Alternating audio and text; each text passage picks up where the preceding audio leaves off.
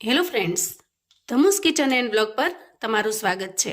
મોટા ભાગે એ પ્રશ્ન થતો હોય છે, ખાસ કરીને સાંજના સમયે કે શાકમાં શું બનાવવું, અને એમાં પણ જ્યારે ઉનાળાની સિઝન હોય અને લીલોતરી શાક ઓછા આવતા હોય ત્યારે આ પ્રશ્ન આપણને વધારે થતો હોય છે. તો આજે હું તમારી સાથે એના માટેનું જોરદાર સોલ્યુશન શેર કરું છું. જુઓ, ગેસ ઓન કરી અને અહીંયા મેં પેન મૂકી દીધું છે અને પેનની અંદર 1.5 પાવડા જેટલું તેલ લઈ લીધું છે. અડધી ચમચી જેટલું એમાં જીરું એડ કર્યું છે અને 8 થી 10 લસણની કળીને આ રીતે ઝીણી ઝીણી સમારીને એડ કરી છે. અહીંયા તમે લસણની કળીઓને ક્રશ કરીને પણ લઈ શકો છો, પણ આ રીતે ઝીણી ઝીણી ચોપ કરીને એડ કરશો તો ખૂબ જ સરસ ટેસ્ટી લાગશે. અહીંયા લસણ જીરુંને સારી રીતે શેકી લીધા પછી આપણે એમાં એડ કરીશું થોડી અમથી ચપટી જેટલી હિંગ. તો ખાસ કરીને ઉનાળાની અંદર હિંગ એડ કરવાથી સારી રીતે પાચન થઈ જાય છે, એટલે મોટા ભાગે હું હિંગ એડ કરવાનું પસંદ કરું છું. હવે જુઓ, લસણ સારી રીતે સંતળાઈ ગયું છે, થોડું બ્રાઉન કલર જેવું થયું છે. આ સમયે આપણે આના અંદર ચોપ કરેલી ડુંગળી એડ કરીશું. 2 મીડિયમ સાઇઝની ડુંગળીને મેં ઝીણી ઝીણી સમારી લીધેલી છે. ડુંગળીને આપણે અહીંયા બ્રાઉન કલરની થાય ત્યાં સુધી સાંતળી લેવાની છે, જેથી કરીને ડુંગળીની અંદરનું બધું જ કાચાપણું દૂર થઈ જશે અને ખૂબ સારી રીતે મિક્સ પણ થઈ જશે. એક લીલા મરચાંને મેં આ રીતે ઝીણું ઝીણું ખાંડી લીધું છે, એને એડ કરી દઈએ. તીખાશને ધ્યાનમાં રાખી અને તમારે ગ્રીન મરચું એડ કરવાનું છે. ધીરે ધીરે જુઓ, ડુંગળીનો કલર ચેન્જ થવા માંડ્યો છે. હવે આ રીતે ડુંગળી શેકાઈ જાય ત્યારે એમાં 2 મીડિયમ સાઇઝના ટમેટાને મેં ઝીણા ઝીણા ચોપ કરી લીધા છે, એને એડ કરી દઈએ. તો ખાસ કરીને ઉનાળાની અંદર સાંજે શું બનાવવું એ પ્રશ્ન થતો હોય છે, અને લીલોતરી શાકનું પ્રમાણ પણ ઉનાળાની અંદર ઓછું થઈ જાય છે. તો આ સમયે તમે આ સબ્જી બનાવીને તૈયાર કરી શકો છો. ખૂબ જ ટેસ્ટી બને છે, એકદમ લાજવાબ. 100% ગેરંટી છે મિત્રો કે તમે આ રીતે ક્યારેય શાક નહીં બનાવ્યું હોય, અને જો ન બનાવ્યું હોય તો એક વખત ચોક્કસથી ટ્રાય કરજો, ખરેખર તમને ખૂબ જ પસંદ આવશે.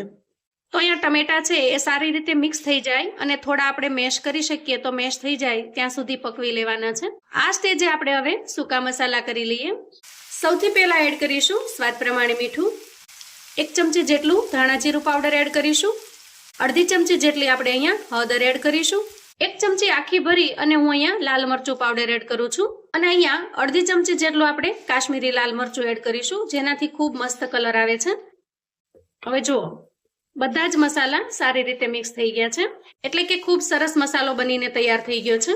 હવે જુઓ, મારી પાસે અહીંયા લીલી ડુંગળીના પાન પડેલા હતા, એને મેં ઝીણા ઝીણા ચોપ કરી લીધા છે, એને એડ કરી દઈએ. તો મસાલો સારી રીતે ચડી જાય પછી જો પાનને એડ કરીશું તો એકદમ સરસ ખીલેલા ખીલેલા રહેશે. લીલી ડુંગળીના પાન ઉમેરવા બિલકુલ ઓપ્શનલ છે, જો તમારી પાસે હોય તો જ તમારે ઉમેરવાના છે. હવે જુઓ, બધા જ મસાલા સારી રીતે મિક્સ થઈ જાય પછી આપણે એમાં 2 મોટી ચમચી જેટલું દહીં એડ કરીશું. તો બહુ ખાટું પણ નહીં અને સાવ મોળું પણ નહીં એવું દહીં મેં અહીંયા લીધું છે, અને દહીંને આપણે આ ગ્રેવીની અંદર સારી રીતે મિક્સ કરી લેવાનું છે. તો આ રીતે દહીં એડ કરવાથી ગ્રેવીમાં ખૂબ સરસ રીચનેસ આવી જાય છે.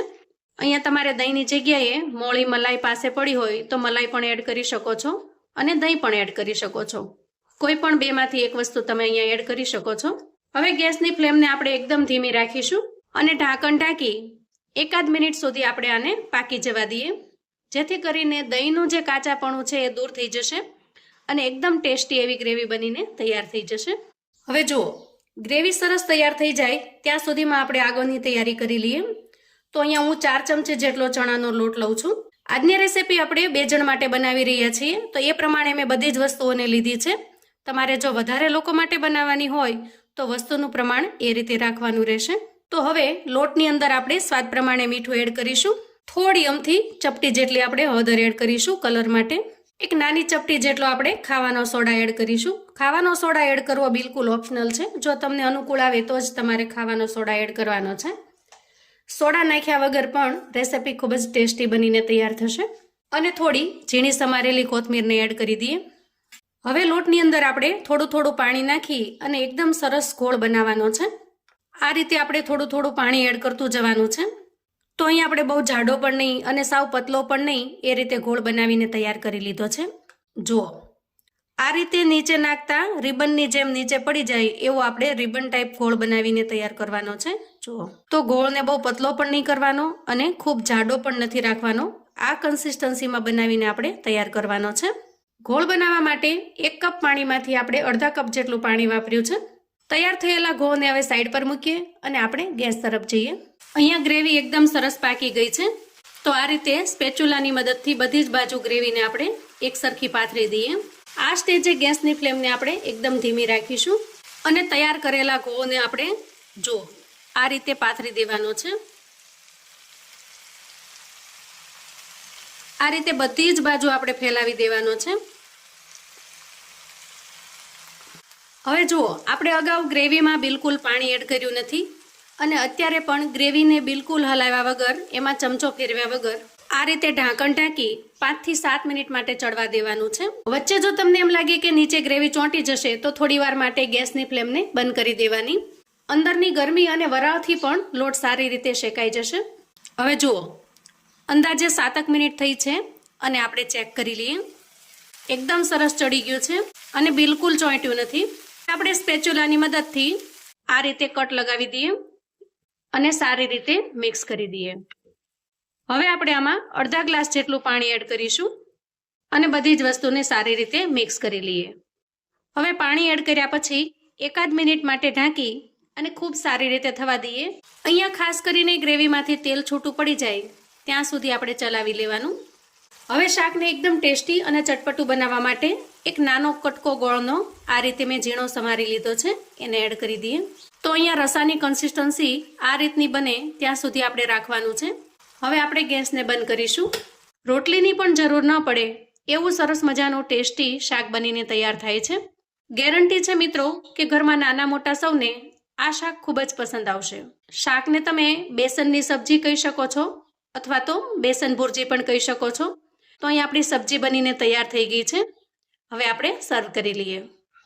તો જુઓ, રોટલીની બિલકુલ જરૂર ન પડે એવું અને ખાતા પેટ ભરાય પણ મન ન ભરાય એટલું ટેસ્ટી એવું શાક બનીને તૈયાર છે. એકદમ ફટાફટથી માત્ર 5 મિનિટની અંદર બનાવીને તમે તૈયાર કરી શકો છો. વળી ઘરમાં રહેલી સિમ્પલ સામગ્રીથી તમે બનાવીને તૈયાર કરી શકો છો. તો જુઓ, જોતાં જ મોઢામાં પાણી આવી જાય એવું સરસ બનીને તૈયાર થયું છે. આજનું આ ટેસ્ટી એવું શાક રોટલી, ભાખરી, પૂરી, પરાઠા ગમે તેની સાથે ખૂબ જ જોરદાર લાગે છે અને એકદમ પ્લેન પણ તમે આ શાકને ખાઈ શકો છો. ખૂબ જ મજેદાર, એકદમ ટેસ્ટી અને લાજવાબ બને છે. તો આવું અવનવું જાણવા માટે અને મને સપોર્ટ કરવા માટે ચેનલ પર જો તમે નવા છો તો ચેનલને સબસ્ક્રાઈબ કરો. વિડીયો ગમે તો લાઈક અને શેર કરો. તમારા સગા સંબંધી મિત્રોને પણ આપણી આજની આ યુનિક રીતે બનાવેલી બેસન ભુરજીની સબ્જી ચોક્કસથી શેર કરજો, જેથી એ લોકો પણ બનાવીને તૈયાર કરી શકે, એન્જોય કરી શકે અને એના પરિવારને પીરસી શકે. કોમેન્ટમાં મને ચોક્કસથી જણાવજો કે આજની આ રેસિપી તમને કેવી લાગી છે. ફરી મળીશું એક નવી રેસિપીમાં. ત્યાં સુધી આવજો મિત્રો.